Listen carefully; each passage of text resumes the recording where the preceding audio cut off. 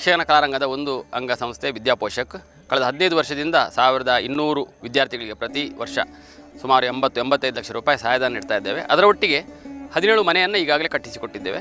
ಇವತ್ತು ಬಿತ್ಕಲ್ಕಟ್ಟೆಯಲ್ಲಿ 2 ವಿದ್ಯಾರ್ಥಿನಿಯರು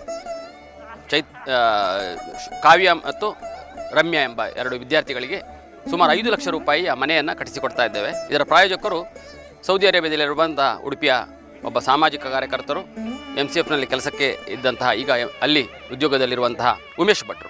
ಭಾಳ ಪ್ರೀತಿಯಿಂದ ಅವರು ಕರೆದು ನಮ್ಮ ಚಟುವಟಿಕೆಯನ್ನು ನೋಡಿ ನನ್ನ ಲೆಕ್ಕದಲ್ಲೊಂದು ಮನೆ ಕಟ್ಟಿಸಿಕೊಡಿ ಅಂತ ಹೇಳಿದರು. ಅವರ ಧರ್ಮಪತ್ನಿ ಭಾರತಿ ಮೇಡಮ್ ಇವತ್ತು ಬಂದಿದ್ದಾರೆ. ಇದು ಒಂದು ನಮಗೆ ಧನ್ಯತೆಯ ಕೆಲಸ. ಯಾಕಂದರೆ ಸರ್ಕಾರ ಕೊಡೋದು 1,20,000 ರೂಪಾಯಿ. ಅದಕ್ಕೂ ಕೂಡ ಅದನ್ನು ಅನುದಾನ ಪಡಲಿಕ್ಕೆ ತುಂಬ ಕಷ್ಟ ಇದೆ. ಇದು ಏನೂ ಕಷ್ಟ ಇಲ್ಲದೆ ಮಕ್ಕಳಿಗೆ ನಮ್ಮ ಅಧ್ಯಕ್ಷರು M. ಗಂಗಾಧರರಾಯರು ಅವರೇ ಎಲ್ಲ ಕಾರ್ಮಿಕರನ್ನು ಕರ್ಕೊಂಡು ಬಂದು 10-50 ಸಲ ಇಲ್ಲಿಗೆ ಬಂದು ನೋಡಿ ಮಾಡಿ ಈ ಒಂದು ಸುಂದರ ಮನೆಯನ್ನು ಕಟ್ಟಿಸಿಕೊಟ್ಟಿದ್ದಾರೆ. ಬಹುಶಃ ಇದಕ್ಕೆ ಕಾರಣ ಯಕ್ಷಗಾನ ಕಲಾರಂಗದ ಒಂದು ಟೀಮ್ ವರ್ಕ್. ಒಂದು 40 ಜನ ಈ ಮಕ್ಕಳ ಮನೆಗೆ ಹೋಗಿ ಈ ವರ್ಷ ವಿದ್ಯಾಪೋಷಕರು 850 ಅರ್ಜಿ ಬಂದಿದೆ. ಅಷ್ಟೂ ಮನೆಗೂ ನಮ್ಮ ವಿದ್ಯಾರ್ಥಿ ಕಾರ್ಯಕರ್ತರು ಹೋಗಿ ಸರ್ವೆ ಮಾಡಿ ವರದಿಯನ್ನು ಒಪ್ಪಿಸಿದ್ದಾರೆ. ಈ ರೀತಿ ಒಂದು ಟೀಮ್ ವರ್ಕ್ ಮಾಡಿದ್ದರಿಂದ ಯಕ್ಷಗಾನ ಕಲಾರಂಗ ಉಳಿದ ಸಂಸ್ಥೆಗಳಿಂದ ಭಿನ್ನವಾಗಿ ಕೆಲಸ ಮಾಡ್ತಾ ಇದೆ. ಈ ಸಂದರ್ಭದಲ್ಲಿ ನಾನು ಉಮೇಶ್ ಭಟ್ರಿಗೆ ಭಾಳ ಪ್ರೀತಿಯಿಂದ ಅವರು ಈ ಮೊತ್ತವನ್ನು ಕೊಟ್ಟಿದ್ದಾರೆ. ಅವರ ಧರ್ಮಪತ್ನಿಗೆ ಮತ್ತು ಇಡೀ ಕುಟುಂಬಕ್ಕೆ ನಾವು ಕಲಾರಂಗದ ವತಿಯಿಂದ ಅನಂತ ಕೃತಜ್ಞತೆಯನ್ನು ಅರ್ಪಿಸ್ತೇವೆ.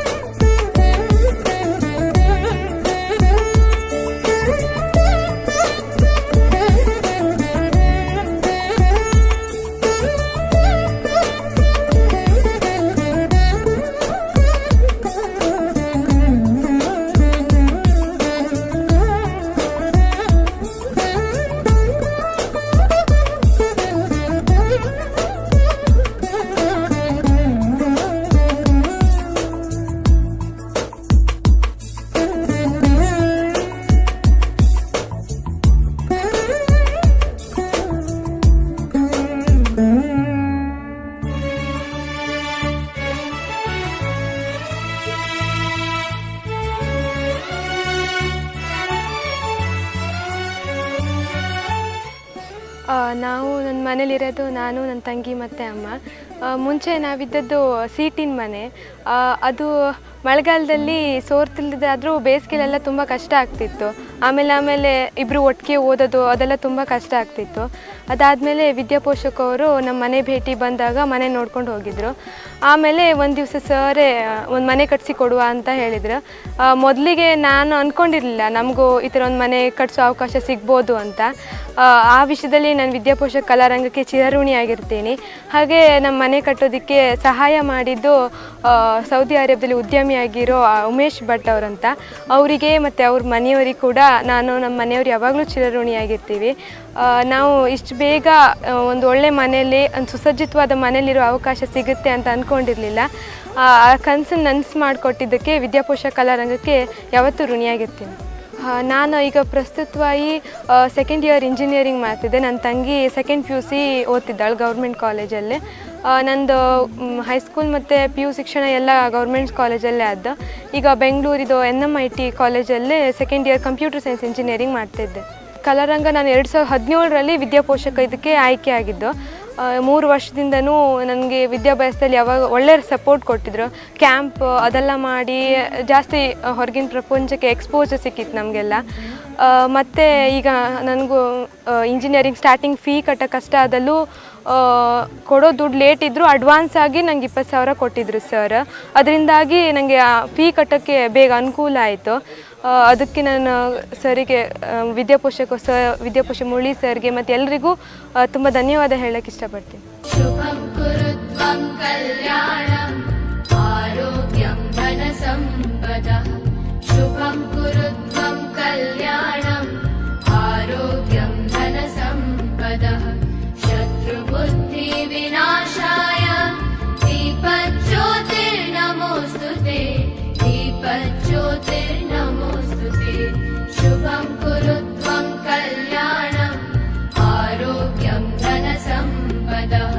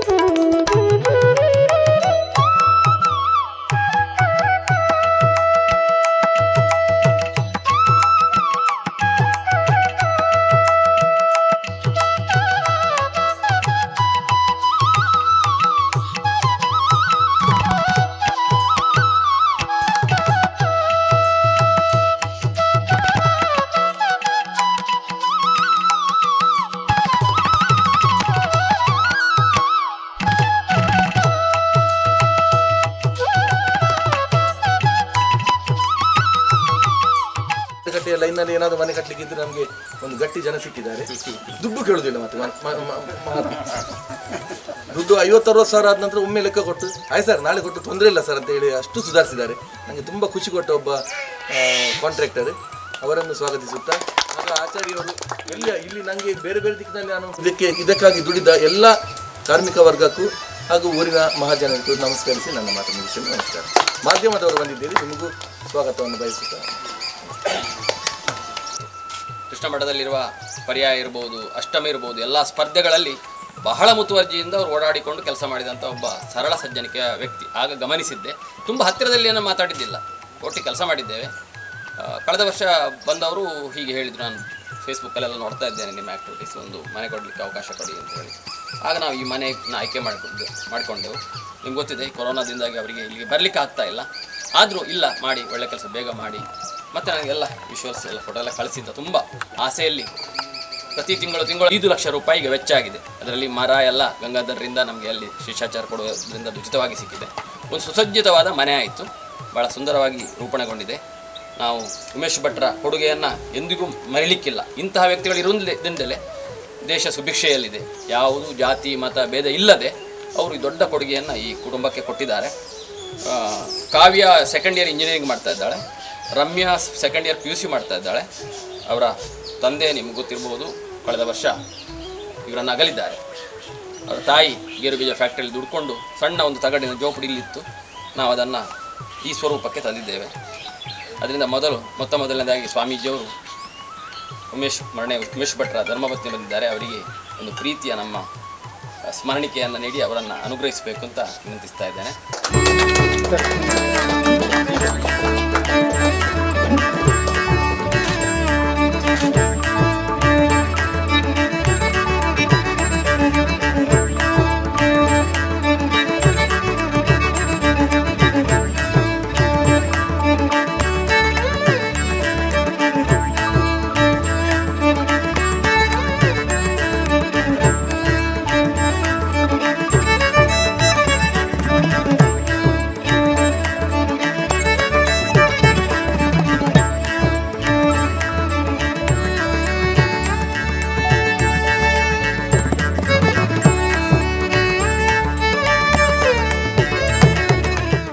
ಈ ಮನೆ ಕಟ್ಸಿಕೊಟ್ಟ ಉಮೇಶ್ ಸರ್ ಮತ್ತು ಅವ್ರ ಕುಟುಂಬದವರಿಗೆ ನಾವು ಯಾವತ್ತೂ ಋಣಿಯ ಇರುತ್ತೆ. ಮತ್ತು ವಿದ್ಯಾಪೋಷಕ ಕಲಾರಂಗಕ್ಕೂ ಅಷ್ಟೇ ನಾನು ಓದಿಂದ ಹಿಡಿದು ಇಲ್ಲಿ ತನಕನೂ ಎಲ್ಲ ರೀತಿಯಲ್ಲಿ ಸಪೋರ್ಟ್ ಮಾಡಿದ. ನಾನು ಯಾವತ್ತೂ ಅಂದ್ಕೊಂಡೇ ಇರಲಿಲ್ಲ ನಾವು ಒಂದು ಹೊಸ ಮನೆ ಸಿಕ್ಕತ್ತಂತ. ಅದಕ್ಕೆ ಯಾವತ್ತೂ ಋಣಿಯ ಇರ್ತೇನೆ. ದಾನಿಗೂ ಹಾಗೂ ನಮ್ಮ ಮನೆ ಮಾಡಿಕೊಟ್ಟಂತರಿಗೂ ಎಲ್ರಿಗೂ ಋಣಿಯಾಗಿರ್ತೀನಿ. ಎಲ್ಲರಿಗೂ ತುಂಬ ಥ್ಯಾಂಕ್ಸ್ ಹೇಳೋಕ್ಕೆ ಇಷ್ಟಪಡ್ತೀನಿ. 12 ಮನೆ ಅವರ 5 ವರ್ಷದ ಅಧ್ಯಕ್ಷ ಅವಧಿಯಲ್ಲಿ ಆಗಿದೆ. ಈಗ ಗಂಗಾಧರ ಅದು ಆರಂಭದಲ್ಲಿ ಮಂಗಳ ಮಾತ್ರ ಗಂಗಾಧರ ಈಗ ಅವರಿಗೆ ಬಿಲ್ಡರ್ ಹೇಗೆ ಹಾಗೆ ಇದ್ದುಕೊಂಡು ಮಕ್ಕಳ ಭವಿಷ್ಯಕ್ಕಾಗಿ ಕಲಾವಿದರಿಗಾಗಿ ಕೆಲಸ ಮಾಡುವಂಥ ಒಂದು ಅಪೂರ್ವ ಸಂಸ್ಥೆ. ಅದರಲ್ಲಿ ನಾವು ದುಡಿತಾ ಇರೋದೇ ನಮಗೆಲ್ಲ ಸೌಭಾಗ್ಯ. ಹೀಗೆ ಏಕಮನಸ್ಸಿಂದ ಇದ್ದದ್ರಿಂದ ಎಲ್ಲಿಯೋ ದೂರದಲ್ಲಿರುವಂಥ ನಮಗೆ ಹೆಚ್ಚು ಸಂಪರ್ಕ ಇಲ್ಲದಂಥ ಉಮೇಶ್ ಭಟ್ರಂತವರು ಕೇಳಿಕೊಂಡು ಬಂದು ಮನೆಯ ಒಂದು ಈ ಸೌಲಭ್ಯವನ್ನು ಕೊಟ್ಟಿದ್ದಾರೆ. ಇದು ಸಣ್ಣ ವಿಷಯ ಅಲ್ಲ.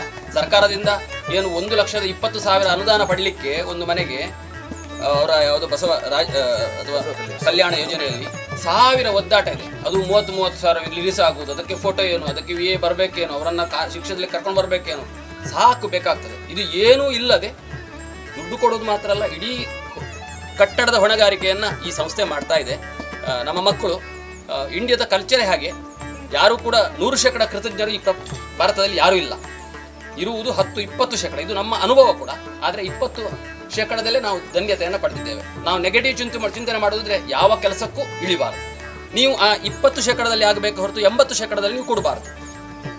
ಅವರ ಪತ್ರ ಫೋನ್ ನಂಬರ್ ಕೊಡ್ತೇನೆ ಅಥವಾ ಅವರ ವಿಳಾಸ ಕೊಡ್ತೇವೆ, ಆಗಾಗ್ಗೆ ಪತ್ರ ಬರೀತಾ ಇರಬೇಕು, ಸಂಪರ್ಕ ಮಾಡ್ತಾ ಇರಬೇಕು. ನಿಮ್ಮ ಶಿಕ್ಷಣ ಕ್ಷೇತ್ರದಲ್ಲಿ ನೀವು ಒಳ್ಳೆಯ ಸಾಧನೆಯನ್ನು ಮಾಡಿದರೆ ಅದು ಅವರಿಗೆ ನೀವು ರಿಟರ್ನ್ಸ್ ಬಡ್ಡಿ ಸಮೇತ ನೀವು ಹಣವನ್ನು ಕೊಟ್ಟ ಹಾಗೆ.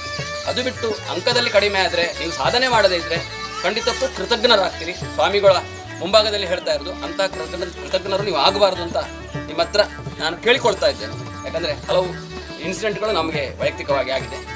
ಮತ್ತು ಈಗಾಗಲೇ ಹೇಳಿದ ಹಾಗೆ ಸ್ವಾಮೀಜಿ ಬಂದದ್ದೇ ನಮಗೆ ಒಂದು ಸಂಭ್ರಮದ ಸಂಗತಿ. ಅವರು ಬಂದವರೇ ಹೇಳಿದರು, ನನಗೆ ಯಾಕೆ ಹಾರ ಫಲವಸ್ತು ಹೇಳಿ, ಇದಕ್ಕಿಂತ ದೊಡ್ಡ ಸೌಭಾಗ್ಯ ಏನು ಹೇಳಿ. ಅಂದರೆ ನಿಮ್ಮ ಸಂಸ್ಥೆಯ ವ್ಯಕ್ತಿ ಹೇಳಿ. ವಿದ್ಯಾಪೋಷಕ ಮನೆ ಭೇಟಿ ಮಾಡುವಾಗ ಎಷ್ಟೋ ಸಲ ಆಸೆ ಆಗ್ತಿತ್ತು ಅವರಿಗೆ, ನಾನೇ ಬರ್ತಿದ್ದೆ, ನನಗೂ ಆಸೆ ಆಗ್ತದೆ ಹೇಳಿ. ಬಾಳೆಗಾರ ಶ್ರೀಗಳು ಹೇಳ್ತಾ ಇದ್ರು, ನಾನು ನಿಮ್ಗೆ ಅದನ್ನು ನೀವು ಮಾಡುವ ಕೆಲಸವನ್ನು ನೋಡಿದಾಗ ನಿಮ್ಮೊಟ್ಟಿಗೆ ಬರಬೇಕು ಅಂತ ಅನ್ನಿಸ್ತಾ ಉಂಟು ಅಂತೇಳಿ. ಇದು ಈ ಸಂಸ್ಥೆಯ ಕಾರ್ಯಕರ್ತರ ಒಂದು ದೊಡ್ಡ ಹೆಗ್ಗಳಿಕೆ.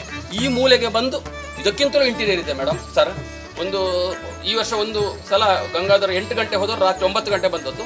6 ಮನೆ ಮಾತ್ರ ಭೇಟಿ ಮಾಡಿದ್ದಾರೆ. ಅಂದರೆ ಅಷ್ಟು ಇಂಟೀರಿಯರ್ಸ್ ಮನೆಗೆ ಹೋಗಿ ಮನೆಯ ಪರಿಸ್ಥಿತಿಯನ್ನು ನೋಡಿ ಆಯ್ಕೆ ಮಾಡ್ತಾ ಇದ್ದೇವೆ. ಅಂತಹ ಒಂದು ತಂಡ ಇದೆ. ಸ್ವಾಮೀಜಿಯವರ ಒಂದು ಕೃಪಾಶೀರ್ವಾದ ನಮಗಿದೆ. ಅವರು ಈಗಾಗಲೇ ಹೇಳಿದಾಗೆ ಕೇವಲ ಅವರು ಅನುಗ್ರಹ ಸಂದೇಶ ಮಾತ್ರ ಅಲ್ಲ, ಸುವರ್ಣ ಮಂತ್ರಾಕ್ಷತೆಯನ್ನು ಕರೆದು ಕೊಡ್ತಾ ಇದ್ದಾರೆ. ನಾವೆಲ್ಲ ಹೆಮ್ಮೆ ಪಡಬೇಕು. ಒಂದು ಕನ್ನಡ ಮಾಧ್ಯಮ ಸಂಸ್ಥೆಯನ್ನು ಲಕ್ಷ ತಿಂಗಳಿಗೆ ಖರ್ಚು ಮಾಡ್ತಾ ಇದ್ದಾರೆ ಟೀಚರ್ಸ್ ಸಂಬಳಕ್ಕೋಸ್ಕರ. ಒಂದೇ ₹1 ಲಾಭ ಅಲ್ಲ, ನಷ್ಟ ಇದೆ. ಆದರೆ ಹಿರಿಯರು ಕಟ್ಟಿದ ಸಂಸ್ಥೆ ಅದು ಉಳಿಬೇಕು ಎಂಬ ಒಂದೇ ಕಾರಣಕ್ಕೆ ಅದನ್ನು ನಾವು ಕಣ್ಣಾರೆ ನೋಡ್ತಾ ಇದ್ದೇವೆ. ಒಂದು ದೊಡ್ಡ ಇಂಜಿನಿಯರಿಂಗ್ ಕಾಲೇಜ್ ಕಟ್ಟಿದ್ದಾರೆ. ಯಾಕಂದರೆ ಅವರ ತುಂಬ ಹತ್ತಿರ ಅಲ್ಲದಿದ್ರು ಸ್ವಲ್ಪ ನೋಡ್ತಾ ಇದ್ದೇವೆ. ಎಲ್ಲಿಯೂ ತನ್ನ ಕಷ್ಟವನ್ನು ಅವ್ರು ಹೇಳ್ಕೊಂಡವರಲ್ಲ. ನಗುತ್ತಾ ಎಲ್ಲವನ್ನು ಎದುರಿಸ್ತಾ ಸಮಾಜಕ್ಕೆ ತನ್ನ ಮಿತಿಯಲ್ಲಿ ಏನು ಒಳಿತನ್ನು ಮಾಡಬೇಕು ಅಂತ ಸದಾ ತುಡಿತಾ ಇರುವಂತಹ ಒಬ್ಬ ಉತ್ಸಾಹಿ. ನಮಗೆ ಅವ್ರ ಹತ್ರ ಮಾತಾಡಿದರೆ ಒಂದಷ್ಟು ಎನರ್ಜಿ ಬಂದ ಹಾಗೆ. ಎಷ್ಟೋ ಸಲ ನಾವು ಅವ್ರ ಹತ್ರ ಹೋಗಿ ಒಂದು 10 ಗಂಟೆ ಮಾತಾಡಿ ಬರೋದು. ಆ ರೀತಿ ನಮ್ಮ ಮೇಲೆ ಪ್ರೀತಿಯ ಸುದೆಯನ್ನು ಹರಿಸಿದಂಥ ಸ್ವಾಮೀಜಿಯವರು ಬಂದಿದ್ದು ಎಲ್ಲದಕ್ಕಿಂತಲೂ ಇವತ್ತು ನಮಗೆ ತುಂಬ ಧನ್ಯತೆ ಕ್ಷಣ. ಯಾವಾಗ ಯೋಚನೆ ಮಾಡ್ತಾ ಇದ್ದೇವೆ ಸೋದೆ ಸಮಾರಂಭವನ್ನು ಕರಿಬೇಕು ಹೇಳಿ. ನಾಳೆಯಿಂದ ಅವರು ಮತ್ತೆ ಡಿಸೆಂಬರ್ಗೆ ಬರುವುದು.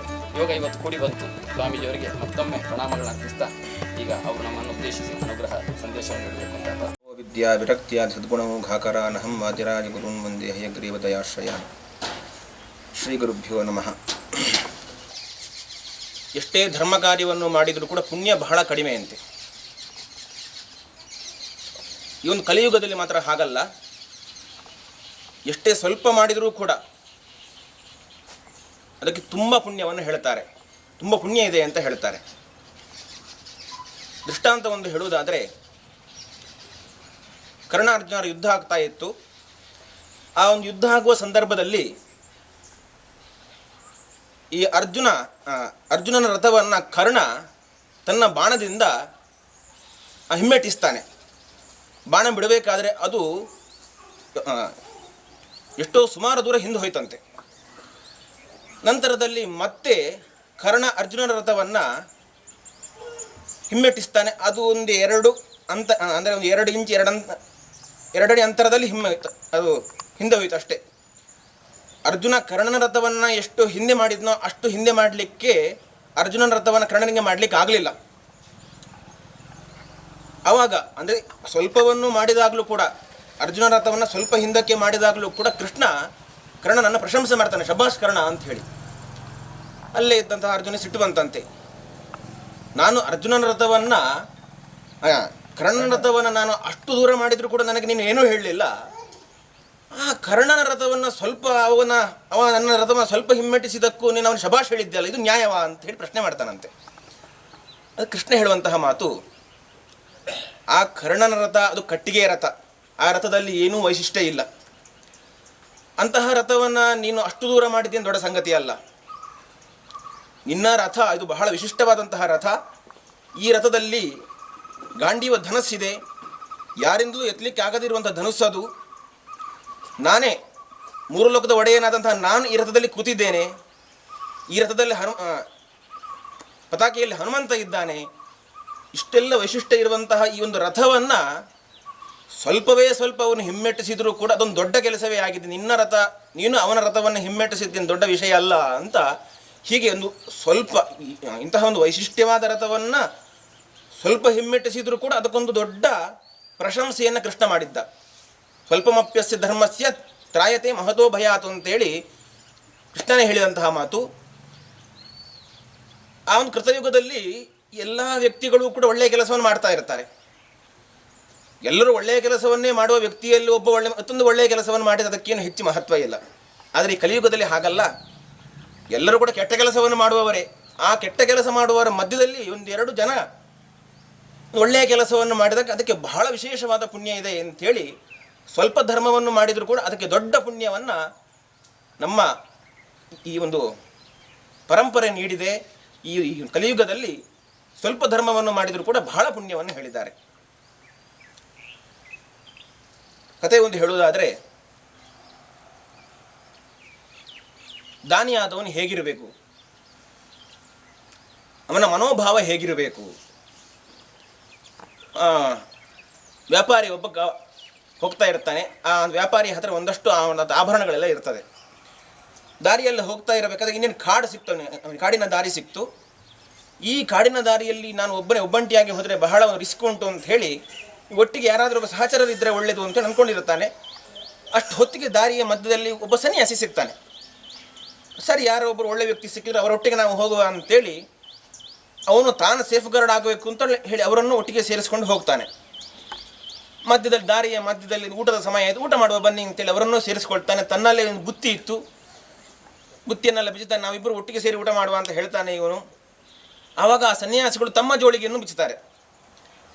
ಬಿಚ್ಚುವಾಗ ಒಳಗೆ ಏನೋ ಒಂದು ಕಲ್ಲು ಸಿಗ್ತದೆ ಅವರಿಗೆ. ಆ ಕಲ್ಲನ್ನು ತೆಗೆದಲ್ಲಿ ಹೊರಗಿಡುತ್ತಾರೆ. ಈ ವ್ಯಾಪಾರಿಗೆ ಆ ಕಲ್ಲಿನ ಬಗ್ಗೆ ದೃಷ್ಟಿ ಹೋಯಿತು. ಇದೊಂದು ಅದ್ಭುತವಾದಂತಹ ಒಂದು ಬೆಲೆ ಬಾಳುವಂತಹ ಕಲ್ಲು, ಈ ಕಲ್ಲು ಈ ಸನ್ಯಾಸಿ ಜೋಳಿಗೆ ಹೇಗೆ ಬಂತು, ಈ ಕಲ್ಲು ನನಗೆ ಬೇಕಲ್ವಾ ಅಂಥೇಳಿ ಅವನಿಗೆ ಮನಸ್ಸಾಯಿತು. ಕೊನೆಗೆ ಆ ಸನ್ಯಾಸಿಗಳನ್ನು ಕೇಳ್ತಾರಂತೆ, ಈ ಕಲ್ಲು ನಿಮಗೆ ಹೇಗೆ ಸಿಕ್ತು ಅಂತ. ಅದು ಹೇಗೋ ಬಂತು ಗೊತ್ತಿಲ್ಲ, ಬೇಕಂದ್ರೆ ನಿನಗೆ ತಗೋ ಅಂತ ಹೇಳಿ ಕೊಟ್ಟು ಬಿಡ್ತಾರಂತೆ. ಅಂದರೆ ಅವನು ಎಣಿಸದಕ್ಕಿಂತ ಬಹಳ ಸುಲಭವಾಗಿ ಇವನಿಗೆ ಸಿಕ್ಕಿತು. ಸರಿ, ಆ ಕಲ್ಲು ಅದು ವಜ್ರದ ಕಲ್ಲು.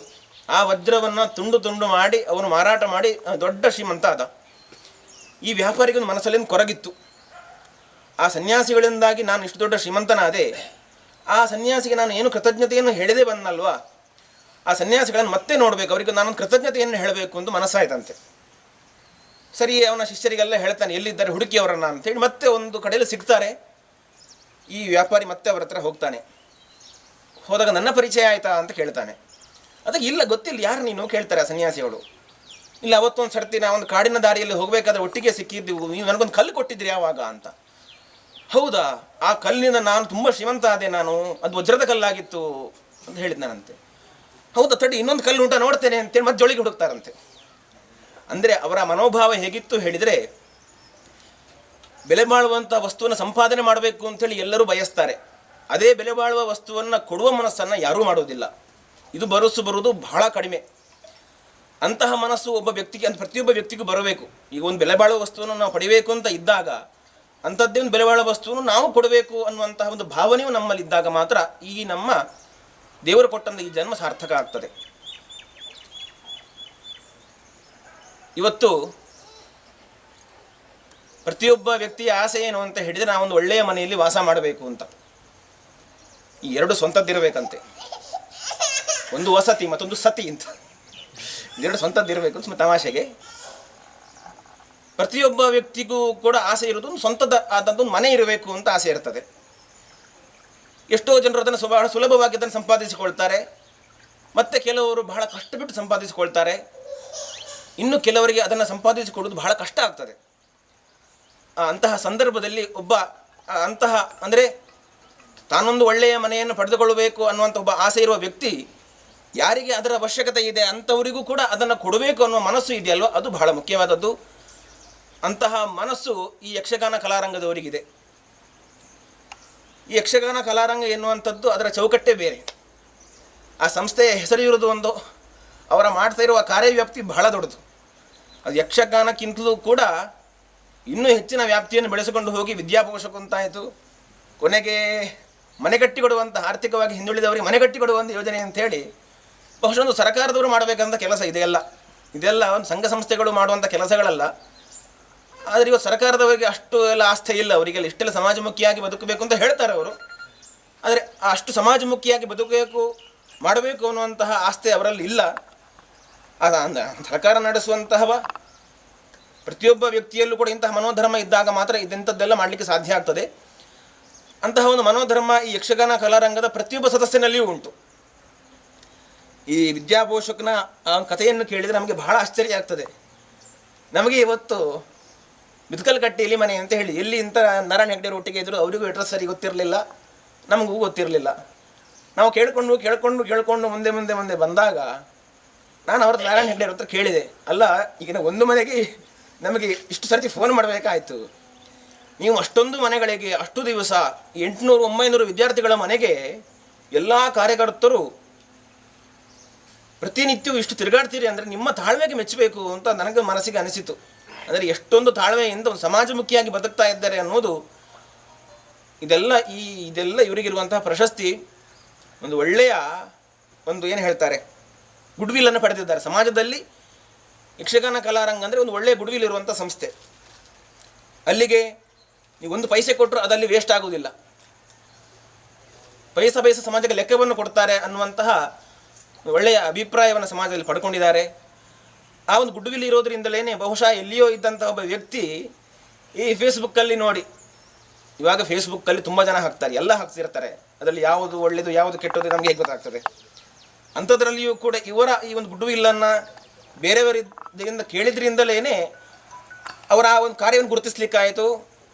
ಅಲ್ಲಿದ್ದಂಥ ಸೌದಿಯಲ್ಲಿದ್ದಂಥ ಉಮೇಶ್ ಭಟ್ರು, ಮರಣಿ ಉಮೇಶ್ ಭಟ್ರು, ಅವರಿಗೆ ಸಂಪರ್ಕವೇ ಇರಲಿಲ್ಲ. ಆ ಸಂಪರ್ಕವೇ ಇಲ್ಲದಿರುವಂತಹ ವ್ಯಕ್ತಿಯನ್ನು ಸಂಪರ್ಕಿಸಿ ಇಂತಹ ಒಂದು ದೊಡ್ಡ ಈ ಒಂದು ಕಾರ್ಯಕ್ಕೆ ಅವರು ಸಹಾಯವನ್ನು ಮಾಡಿದ್ದು ನಿಜಕ್ಕೂ ಶ್ಲಾಘನೀಯವಾದಂತಹ ಕೆಲಸ.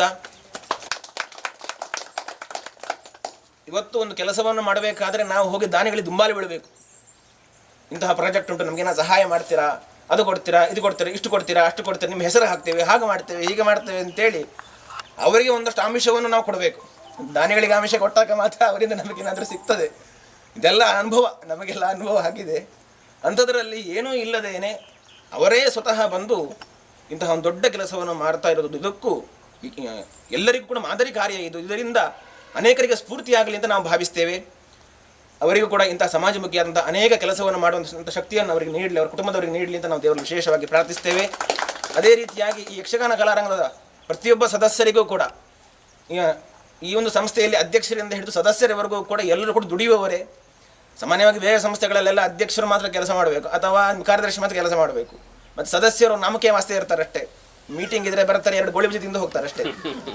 ಆದರೆ ಈ ಯಕ್ಷಗಾನ ಕಲಾರಂಗ ಸಂಸ್ಥೆ ಹಾಗಲ್ಲ. ಇಲ್ಲಿ ಒಬ್ಬ ಅಧ್ಯಕ್ಷನಾದವನು ಎಷ್ಟು ಕೆಲಸ ಮಾಡ್ತಾನೋ ಅಷ್ಟು ಸದಸ್ಯನೂ ಕೂಡ ಅಷ್ಟೇ ಕೆಲಸ ಮಾಡ್ತಾನೆ. ಅಂತಹ ಒಂದು ಒಳ್ಳೆಯ ಒಂದು ಐಕ್ಯಮತ್ಯವನ್ನು ಈ ಒಂದು ಸಂಸ್ಥೆ ಪಡೆದುಕೊಂಡಿದೆ. ನಿಜಕ್ಕೂ ಇದೊಂದು ಬಹಳ ಸಂತೋಷದ ಸಂಗತಿ. ನಮಗೆ ಇಂತಹ ಸಂಸ್ಥೆಯವರು ನಮ್ಮೊಂದಿಗಿದ್ದಾರೆ ಅನ್ನೋದು ನಮಗೂ ಒಂದು ಹೆಮ್ಮೆ. ಅಂದರೆ ನಮಗೆ ನಾಳೆ ಏನಾದರೂ ಒಂದು ಆಗಬೇಕಾದ ಈ ಸಂಸ್ಥೆಯವರು ನಮ್ಮೊಂದಿಗಿದ್ದಾರೆ ಅನ್ನೋ ಒಂದು ಧೈರ್ಯ ನಮಗಿರುತ್ತದೆ. ಅದರಿಂದ ಈ ಒಂದು ಸಂಸ್ಥೆಯವರ ಸಂಪರ್ಕವನ್ನು ನಾವು ಯಾವತ್ತೂ ಬಿಡುವುದಿಲ್ಲ. ಆ ಸಂಸ್ಥೆಯ ಎಲ್ಲ ಸದಸ್ಯರಿಗೂ ಕೂಡ ದೇವರ ಅನುಗ್ರಹ ಆಗಲಿ ಅಂಥೇಳಿ ನಾವು ಕೃಷ್ಣ ಮುಖ್ಯ ಪ್ರಾಣರಲ್ಲಿ ಪ್ರಾರ್ಥಿಸಿ ನಮ್ಮೆರಡು ಮಾತನ್ನು ಮುಗಿಸ್ತಾ ಇದ್ದೇವೆ.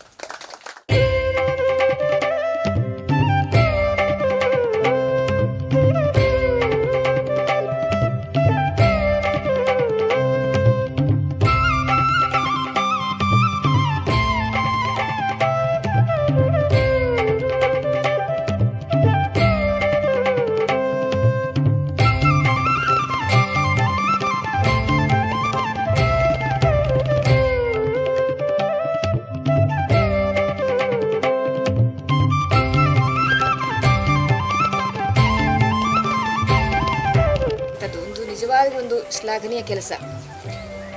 ಅವರ 18ನೆಯ ಮನೆಗೆ ನಿರ್ಮಾಣ ಆಗಿದೆ. ಅದರಲ್ಲಿ ಅದರ ನಿರ್ಮಾಣ ವೆಚ್ಚವನ್ನು ಭರಿಸುವಲ್ಲಿ ನಮಗೊಂದು ಅವಕಾಶ ಸಿಕ್ಕಿದ್ದಕ್ಕಾಗಿ ಮೊದಲನೇದಾಗಿ ನಾನು ದೇವರಿಗೆ ಕೃತಜ್ಞತೆಯನ್ನು ಅರ್ಪಿಸ್ತಾ ಇದ್ದೇನೆ. ಇಲ್ಲಿ ಕಾವ್ಯ ಮತ್ತು ರಮ್ಯಾ ಅವರ ತಾಯಿಯೊಂದಿಗೆ ವಾಸಿಸ್ತಾರೆ. ಅವರಿಗೆ ದೇವರು ಒಳ್ಳೆಯದನ್ನು ಮಾಡಲಿ ಮತ್ತು ಅವರ ಭವಿಷ್ಯ ಉಜ್ವಲವಾಗಿರಲಿ ಅಂತ ನಾನು ಹಾರೈಸ್ತಾ ಇದ್ದೇನೆ. ಹಾಗೆ ಕಲಾರಂಗದ ಈ ಕಾರ್ಯಕ್ರಮ ನಿರಂತರವಾಗಿ ನಡೆಯಲಿ, ಇನ್ನೂ ಹೆಚ್ಚೆಚ್ಚು ಅವರಿಗೆ ಪ್ರಾಯೋಜಕರು ಸಿಗಲಿ ಮತ್ತು ಇನ್ನಷ್ಟು ವಿದ್ಯಾರ್ಥಿಗಳಿಗೆ ಇದರಿಂದ ಪ್ರಯೋಜನ ಸಿಗುವ ಹಾಗಾಗಲಿ ಅಂತ ನಾನು ಹಾರೈಸ್ತಿದ್ದೇನೆ. ಎಲ್ಲರಿಗೂ ಧನ್ಯವಾದ.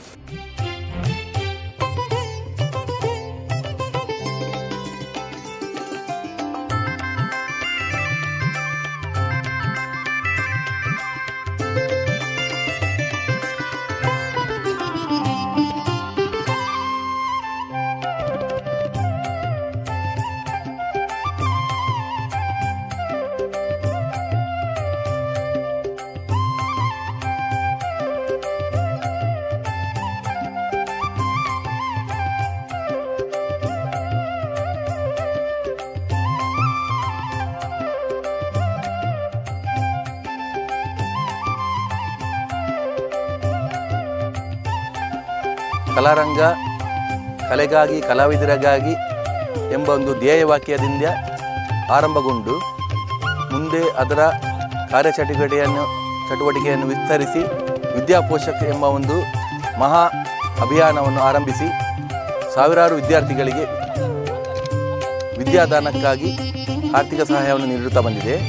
ಇದರೊಂದಿಗೆ ಒಂದು ರೂಪುಗೊಂಡ ಹೊಸ ಯೋಜನೆ ಅರ್ಹ ವಿದ್ಯಾರ್ಥಿಗಳಿಗೆ ಮನೆ ಇಲ್ಲದವರಿಗೆ ಮನೆಯನ್ನು ನಿರ್ಮಿಸಿ ದಾನಿಗಳ ಸಹಕಾರದಿಂದ ಪೂರ್ಣಗೊಳಿಸಿ ಅವರಿಗೆ ಹಸ್ತಾಂತರಿಸುವುದು ಒಂದು ದೊಡ್ಡ ಕಾರ್ಯಕ್ರಮ.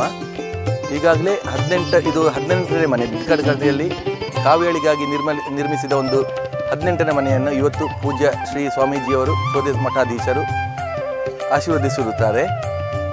ಈ ಮನೆ ನಿರ್ಮಾಣದ ಎಲ್ಲ ಕೆಲಸ ಕಾರ್ಯವನ್ನು ಈ ಹಿಂದಿನಿಂದಲೂ 18 ಮನೆಯನ್ನು ಸಹ ನಾನೇ ನಿರ್ಮಿಸಿ ಅದರ ಜವಾಬ್ದಾರಿಯನ್ನು ಹೊತ್ತಿದ್ದೇನೆ. ನನಗೆ ಅಧ್ಯಕ್ಷನಾಗಿ ಇದನ್ನು ಹಸ್ತಾಂತರಿಸುವುದು ಮುಖ್ಯ ಅಲ್ಲ, ನಾನೊಬ್ಬ ಕಲಾರಂಗದ ಕಾರ್ಯಕರ್ತನಾಗಿ ಇದರೊಂದಿಗೆ ಭಾಗವಹಿಸಿರುವುದು ನನಗೆ ಒಂದು ಖುಷಿಯ ಸಂಗತಿ. ಹಾಗೆ ಈ ಮನೆಯನ್ನು ಇವತ್ತು ಹಸ್ತಾಂತರಿಸಿ ಇನ್ನು ಮುಂದೆಯೂ ಕಲಾರಂಗವು ದಾನಿಗಳ ಸಹಕಾರದಿಂದ ಅನೇಕ ಮನೆಗಳನ್ನು ನಿರ್ಮಿಸುವಂತಾಗಲೆಂದು ಹಾರೈಸುತ್ತೇನೆ. ಸುಮಾರು 5 ಲಕ್ಷ ರೂಪಾಯಿ ಮೊತ್ತದ ಈ ಮನೆಯನ್ನು ನಿರ್ಮಿಸಿದವರು ಸೌದಿಯಲ್ಲಿ ಉದ್ಯೋಗಸ್ಥರಾಗಿರುವ ಉಡುಪಿಯ ಮರಣ್ಯೆಯ ನಿವಾಸಿಯಾಗಿರುವ ಶ್ರೀ ಉಮೇಶ್ ಭಟ್ರು. ಫೇಸ್ಬುಕ್ನಲ್ಲಿ ಮಾಹಿತಿಯನ್ನು ನೋಡಿ ಅಭಿಮಾನದಿಂದ ನಮಗೆ ಸಹಕಾರ ನೀಡಿರುತ್ತಾರೆ. ಹಾಗೂ ಅವರ ಧರ್ಮಪತ್ನಿ ಶ್ರೀಮತಿ ಭಾರತಿಯವರ ಉಪಸ್ಥಿತಿಯಲ್ಲಿ ಇವತ್ತಿದು ಉದ್ಘಾಟನೆಗೊಂಡಿದೆ. ಅವರ ಹೆಸರನ್ನೇ ಭಾರತೀಯ ಸದನ ಎಂದೇ ಈ ಮನೆಗೆ ನಾವು ನಾಮಕರಣ ಮಾಡಿದ್ದೇವೆ. ಹಾಗೆ ಅವರಿಗೂ ನಾವು ಧನ್ಯವಾದವನ್ನು ಸಮರ್ಪಿಸ್ತೇವೆ.